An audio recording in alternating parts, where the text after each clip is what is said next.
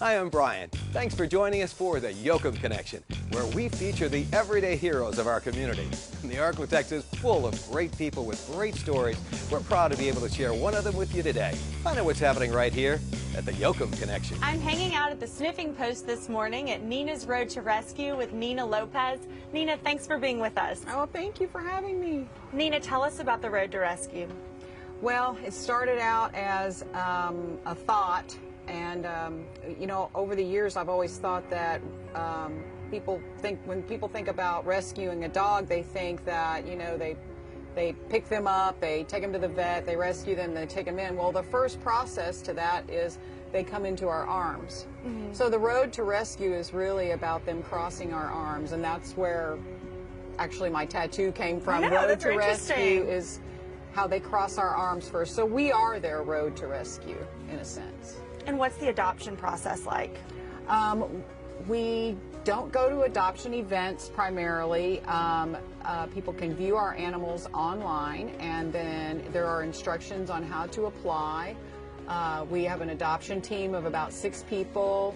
We do vet checks. We do, there's a process to it, and it's kind of secretive in a way because, I mean, you know, we need to make sure these guys go to great homes.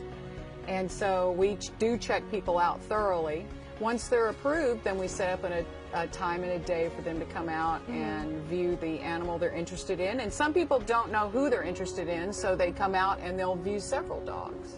And there are several dogs here. You said there's 27 right now? About 27, yeah. How do you get the dogs and cats? Okay. It's varying situations. Some of them are owner surrenders, okay. Divorce, a new baby, bit the child, things like that. Some of them come from animal control throughout the state of Louisiana and even into Texas and Arkansas. We get a lot in from breeder situations. Some of them are retired breeder dogs. We have connections that actually go into these breeder operations and convince them to release some of these dogs that have been in there a long time. Mm-hmm. And then we take those in and we vet them and get them ready for homes. And these are dogs that have never had a home. Wow. You know. It's so sad, some of their backstories. The breeder dogs are probably the ones that touch me the most because they don't know how to be a dog. They don't know about grass. They don't know about a knock on the door or a telephone or a TV or a comfy bed. They live in wire kennels with wire floors and produce litter after litter. And so that's their life until they get out of it or die in it. And speaking of grass and comfy couches, this place looks like an animal paradise. Thank you. We work really hard. We have a lot of volunteers. We have about 50 volunteers that come out here 365 days a year.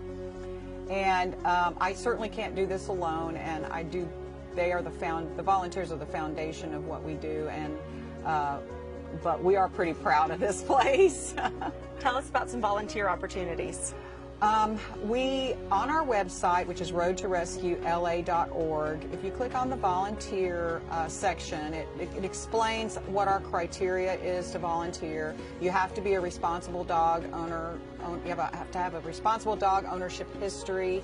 You have to provide heartworm prevention. You have to have a spay and neuter mindset, and in order to volunteer out here. So, in other words, we don't just have to approve adopters, we approve volunteers too. Well, if someone's looking to adopt a pet, can they view these animals online before coming out here? Yes, they will. The pets are on our website.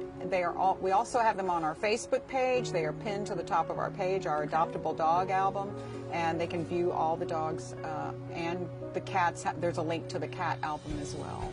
And Ninna, how do you guys raise funds? Our funding comes from adoption fees, and we have a lot of really generous supporters that donate to us every month, and people can set up a recurring donation to us. Some people donate in memory of someone or in memory of someone's pet, which is a great way to acknowledge and honor somebody's pet or a loved one.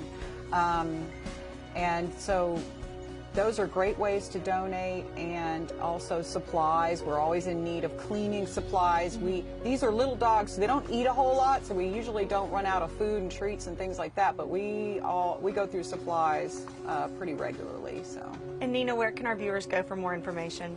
Go to our website, roadtorescuela.org, or visit our Facebook page, Ninna's Road to Rescue. Well, thanks for being with us. Thank you.